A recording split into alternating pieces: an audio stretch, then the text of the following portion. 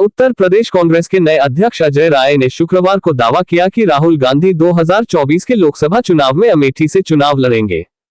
इसके बाद से इस हाई प्रोफाइल निर्वाचन क्षेत्र के बारे में चर्चा शुरू हो गई है, जो लंबे समय से गांधी नेहरू परिवार के लिए एक पारंपरिक सीट रही है। इस सीट को कांग्रेस का गढ़ कहा जाता है।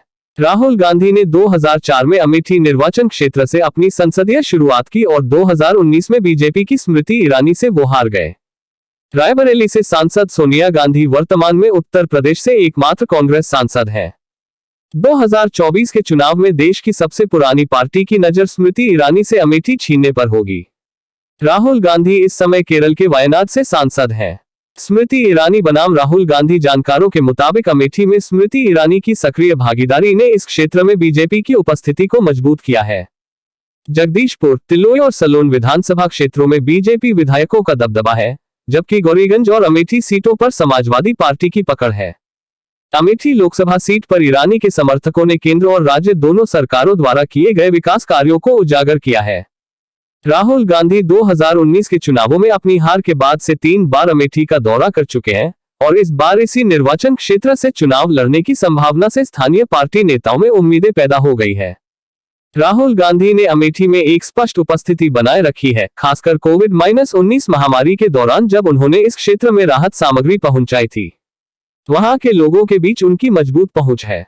अगर राहुल गांधी अपनी पूर्व सीट से चुनाव लड़ने का फैसला करते हैं तो अगले साल होने वाले लोकसभा चुनाव में अमेठी निर्वाचन क्षेत्र में राजनीतिक लड़ाई तेज हो सकती है। स्मृति ईरानी अमेठी को हमेशा अपना परिवार मानती आई है। ईरानी ने अपने एक बयान में कहा था कि मुसीबत के समय पर परिवार की बेटी ही साथ निभाती है।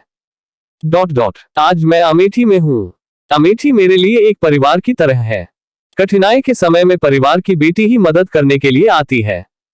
जानकारों की माने तो राहुल गांधी के अमेठी से चुनाव लड़ने की बात कही गई और एक नया रंग क्षेत्र खोल दिया है। अमेठी गांधी परिवार की पारंपरिक सीट भी रही है, लेकिन सिर्फ पारंपरिक सीट होने से राहुल गांधी चुनाव जीत नहीं जाएंगे। वहीं ईरानी का पिछले चुनावों में जीत का एक फैक्टर उनका अभिनेत्री के रूप में बहू होना भी माना गया था। जनता पहले से ज्यादा जागरूक है और वो कामों को आधार बनाकर ही वोट देगी। 2019 में अमेठी में स्मृति ईरानी की जीत भारतीय राजनीति के इतिहास में एक बड़ी घटना थी। स्मृति ईरानी वह करने में कामयाब रही जो कई बड़े भारतीय दिग्गज नेता नहीं कर पाए थे। इसमें काशीराम, राजमोहन गांधी, मेनका गांधी और शरद यादव का नाम शामिल है। दरअसल 2014 और 2019 दोनों में प्रधानमंत्री नरेंद्र मोदी के नेतृत्व में बीजेपी की जीत के कारण कांग्रेस की लोकप्रियता कम हो गई थी। कई जानकार ये मानते हैं कि ईरानी की लोकप्रियता एक टेलीविजन अभिनेत्री के रूप में ज्यादा रही है, जो एक बहू या पत्नी के रूप में रही है।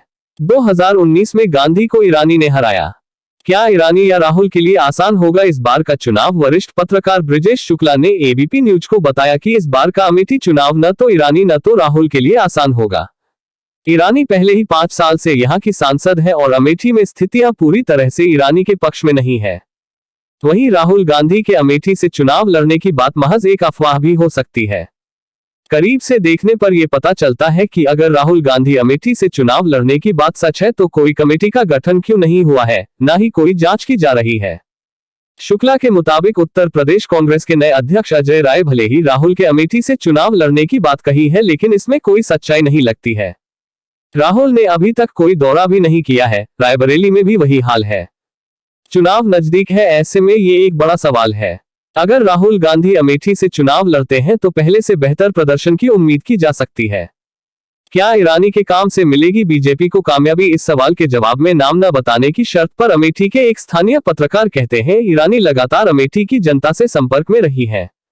ये भी एक फैक्ट है कि वर्तमान सांसद या विधायक में थोड़ी बहुत कमी जरूर होती है।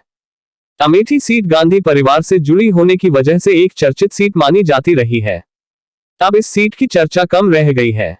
अभी भी एक बहुत बड़ा वर्ग ये मानता है कि राहुल गांधी अगर चुनाव लड़ते हैं तो वो जीतेंगे।